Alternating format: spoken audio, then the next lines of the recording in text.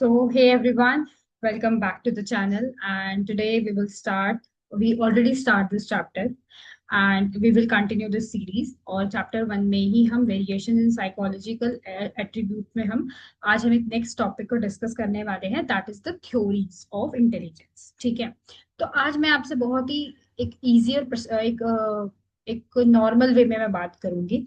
अच्छा, स्मार्ट का मतलब सिर्फ मैथ्स में टॉपर होना है या फिर वो बंदा जो हर सिचुएशन में जुगाड़ निकाल ले बेसिकली। तो साइकोलॉजी के एक्सपर्ट्स ने इस क्वेश्चन का जो जवाब है ना, ढूंढने के लिए काफी सारी थ्योरीज बनाई। चलो आज उन्हें सिंपल और मजेदार तरीके से समझते हैं। ठीक है, तो पहली अगर मैं बात करूं that is the psychometric approach. अच्छा, ये अप्रोच होती क्या है? देखिए, ये अप्रोच बेसिकली इंटेलिजेंस को मेजर करती है। जैसे हम हाइट को सेंटीमीटर में नापते हैं, है ना, वैसे ही इंटेलिजेंस को हम आईक्यू टेस्ट करते हैं। इंटेलिजेंसी का बेसिकली एप्टीट्यूड टेस्ट से हम उसको मेजर करते हैं, या फोकस होता है हमारा नंबर या स्कोर पे। That is the psychometric approach, right. तो इस अप्रोच में आपका बेसिकली आप आईक्यू के अकॉर्डिंग आप अपने नॉर्मल टेस्ट के अकॉर्डिंग इसे चेक कर सकते हैं। दूसरी बात, अगर मैं इंफॉर्मेशन प्रोसेसिंग अप्रोच के बारे में बात करूं, इस अप्रोच में दिमाग को एक कंप्यूटर की तरह देखा जाता है। ये देखते हैं कि हम इंफॉर्मेशन को कैसे प्रोसेस करते हैं, कितना फास्ट सोच सकते हैं और कैसे मेमोरी स्टोर होती है, कैसे प्रॉब्लम हम सॉल्व करते हैं। और मतलब यहाँ स्कोर से ज्यादा ना प्रोसेस इंपॉर्टेंट है। That is information processing approach, जहाँ पे आपकी थिंकिंग एबिलिटी धीरे धीरे किसी न किसी चीज पे बढ़ रही है, राइट। तो ये तो हो गया बेसिक स्ट्रक्चर। अब बात करते हैं हम third number, that is uni या one factor theory. Now what is this? देखो, सिर्फ फ्रांसिस गैल्टन और बाद में चार्ल्स स्पेयरमैन ने बोला कि इंटेलिजेंस एक सिंगल एबिलिटी होती है, जिससे वो कितने मतलब इसे हम ये कह सकते हैं, जिससे वो कहते हैं कि जी फैक्टर। जी फैक्टर, अच्छा, what is the ji factor? Basically general intelligence, that is the ji factor.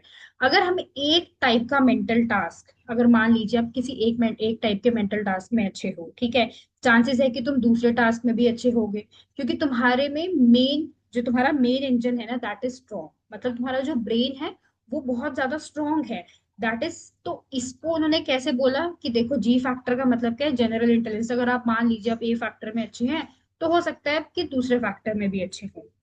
इसी से आपकी दो फैक्टर थ्योरी आती है, that is the Spearman theory. देखो, स्पीयरमैन ने फिर बोला कि इंटेलिजेंस दो पार्ट में होता है। जरूरी थोड़ी है कि हर कोई एक ही मतलब एक ही उसमें अच्छा हो या दो ही उसमें अच्छा हो। देखो, जी factor means general ability, reasoning and the problem solving, जो लर्निंग के लिए है।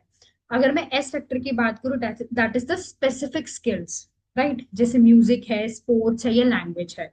देखो, समझ लो तुम्हारा जो स्मार्टफोन का जो ओएस है वो जी फैक्टर है, ठीक है, और तुम्हारे पास क्या है? एस फैक्टर है। OS means they have so much skills, okay, that is the S factor. S means specific skills and G means general intelligence, that will be based on your reasoning, problem solving and much more। ठीक है, तो ये तो हो गया two factor theory. Now there is a theory of primary mental abilities. देखो, इसे Louis थर्स्टो ने कहा, नहीं, इंटेलिजेंस एक चीज नहीं होती, उसके सेवन प्राइम उसकी एबिलिटीज बताई गई हैं।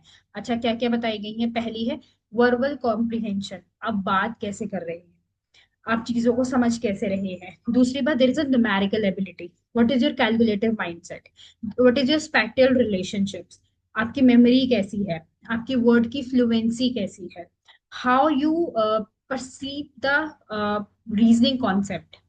Okay, what is your perceptual speed, मतलब तुम्हारी इंटेलिजेंसी एक पिज्जा है जिसमें सेवन अलग अलग स्लाइसेस हैं, राइट। तो आपका कोई ब्रेन एक थ्योरी को सपोर्ट नहीं करता, they have the multiple theories, that will be part of the theory of primary mental abilities. ठीक है, I hope you get the primary of mental ability, जो सेवन स्लाइस ऑफ पिज्जा से relate करता है। अगर आपके एग्जाम में एक क्वेश्चन आता है, you have to write like this so that you will get your good marks in this question as well, okay. अच्छा, नेक्स्ट है, इसमें क्या है? There is a two level model of Arthur Jensen's. Arthur Jensen's ने एक hierarchical model दिया। उन्होंने इसको दो पार्ट में डिवाइड किया।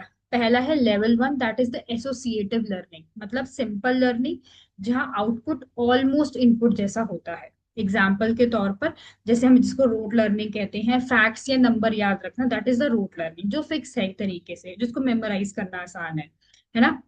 मैंने एग्जाम्पल के तौर पे यहाँ लिखा हुआ है, जैसे कि आप अपनी अपने क्रश का अगर आप नंबर याद करते हैं, that is your associate learning, ठीक है।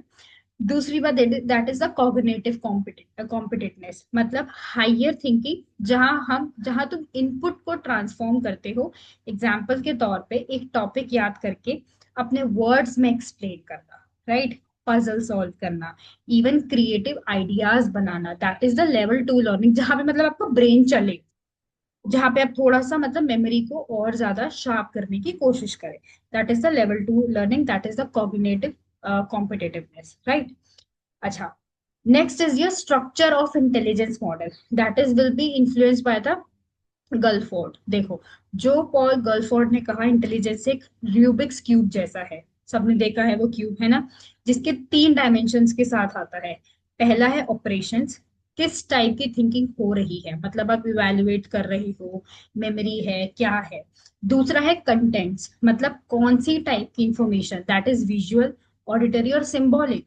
Third one is your product, कौन सा रिजल्ट, देखो कौन सा रिजल्ट मिलता है, आइडियाज है, रिलेशनशिप है, सिस्टम है। बेसिकली गर्लफ्रॉड का कहना था कि 150 अलग अलग टाइप्स ऑफ इंटेलिजेंस होते हैं, मतलब अगर तुम मैथ्स में वीक हो ना, हो सकता है तुम किसी और पार्ट में इंटेलिजेंट हो या सुपरस्टार हो, है ना।